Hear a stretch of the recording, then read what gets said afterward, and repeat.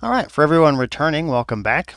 And everyone new who may have heard about me through the Facebook group or just by freak chance of stumbling across my videos, we got a new one for you today. For anyone who's returning, I've made a couple of changes or potential improvements from the previous videos after a couple of suggestions. The first one's fairly obvious here with my cursor change.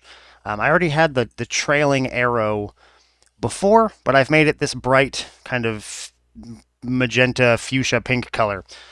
Just so there's more contrast and it's easier to not lose it on the screen. So if I go over and choose a tool or selection, there will be less confusion as to where my mouse possibly went, especially since I use a drawing tablet. If I pick up my pen and move somewhere else, my cursor doesn't drag slowly across the screen, it just teleports. I try to make an effort to keep my pen close to the screen so it does follow my pen, but occasionally you'll get some skipping as I pick up and move the pen. I also removed the grid from our document, just so again there's less clutter and distraction. If you want to turn it back on though, in our page selection here at the top, you've got your grid choices here with a checkbox to show or hide the grid. And for people who saw my tools video, we also talked about the fact that G on the keyboard, G for grid, will show and hide your grid just by selecting G, so you don't have to come into the page menu if you don't want to. Oops, I'm going to push G to get rid of that grid. With that, I had some requests to do a tutorial using the knife tool, so we're going to talk about that in this video. It should be a pretty short video, I'm guessing probably about 5 minutes, cover a couple of important things, and cover what was most confusing to me when I first started playing with the knife tool. So let's jump right in. Just for learning experience, we're going to use the rectangle tool and just make ourselves a little shape. Size, shape doesn't really matter. We'll just draw ourselves a little rectangle. And just so it's easy to see, we'll choose ourselves a color. Excuse me. Once we have our shape, let's get into our knife tool and show some of what it can do. So we'll select our knife tool right here. And you'll see our cursor has changed from that kind of fuchsia pink cursor to now this little knife. The way the knife tool works is you click once, and then wherever you click again will complete the cut. So let's cut the corner off of this little rectangle. And at first glance, we've created this little cut line, but if we actually look into what's happened, basically nothing has happened. And this is what confused me in the beginning, is I couldn't figure out how to make this actually cut, considering I've completed the cut action, but nothing has actually changed. So what we need to do is select that cut line, and at the top of our page here, you'll see this apply button, which applies the cut to our project. If you want to create your 2 points and have that be done, you can choose the auto apply checkbox. And as soon as you push that second point, it will do the apply for you. I'm going to delete this one because it's in our way. But if we select apply, you'll see the main cut line has gone away, and now we see our cut line in the project. So we have our normal red cut line on the perimeter, and now this new line where we have actually cut the piece. So that was a part that I had overlooked when I was learning, is this apply button becoming available when you make your cut.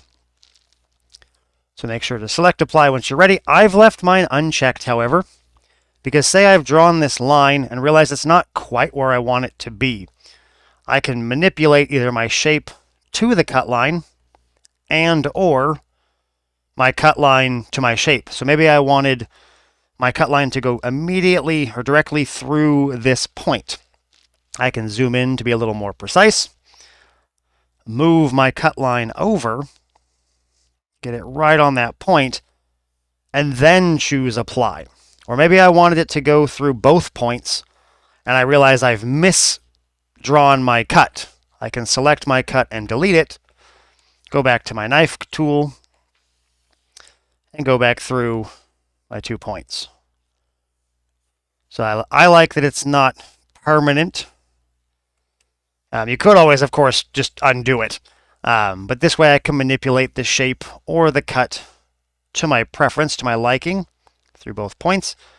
You have to select the knife cut line for the apply button to come back. So if you don't see it up here, maybe you have your shape selected and you have your other tools. So make sure to choose your little knife line, choose apply, and now you've got your two different shapes. One other important thing that I didn't realize at first until I had to undo a lot of steps is if we get ourselves a couple of shapes. Again, it doesn't matter for the tutorial, but whatever project you're potentially working on. I'll just give them some colors so they're easier to see in the video, so this part's going to be kind of quick. Something like that. So maybe this is our project we're working on. Maybe it's a little more interesting to look at. If we use our knife tool and say maybe we want to cut part of this oval shape off. Maybe we don't want it going so far into the square, so maybe cutting across something like this. If we selected our oval, thinking that's what we're going to cut, take our cut line or my cut tool and kind of cut across this point. Again, we have select apply, and we can see we've cut our oval just like we wanted, which looks great. However, like taking a pair of scissors to a stack of paper, maybe these are 2 sheets of paper, your scissors will cut all the way through. So we didn't just cut the oval that was on top.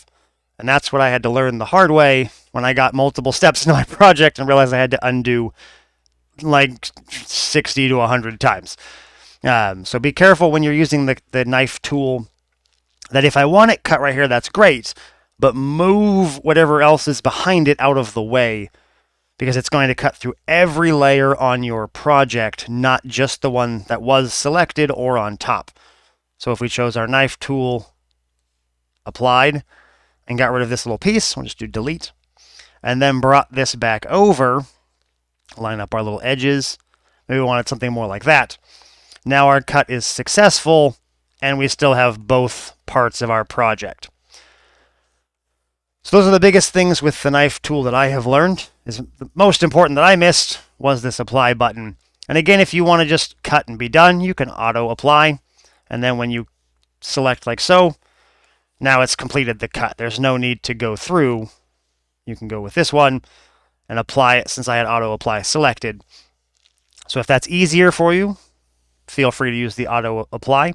But I have found that those slight manipulations and then confirming that my cut is ready to go has saved me a little bit of time, but your workflow might be different. Sorry if this is an abrupt jump on the screen here. I realized I had forgotten something I meant to talk about, so I'm editing this piece back in. It's an important one depending on what you're doing. If again we have our 2 shapes, doesn't really matter the shapes, do something like that. Let's give this one some color to show what I meant to talk about. Let me delete that notification. There we go. This is a finished shape, obviously, with its color. This is currently a finished shape.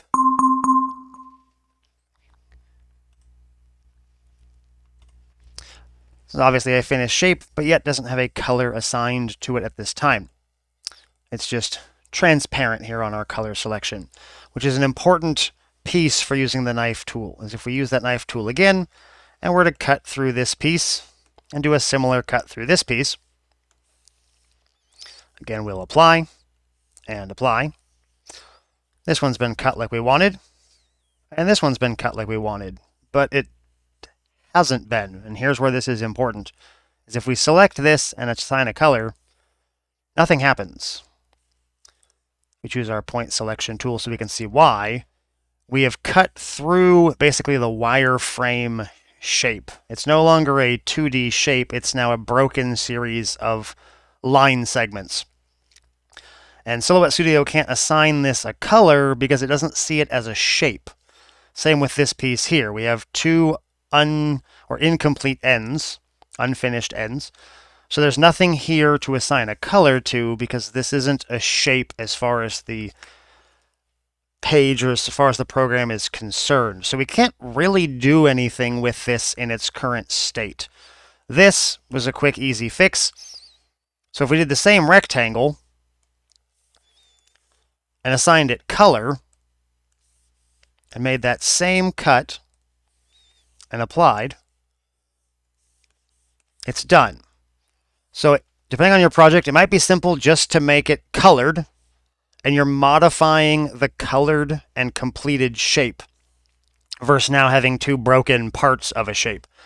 However, if your project called for it and you wanted to complete this shape, maybe you want this more notched out, these two red points indicate why your shape or project is incomplete.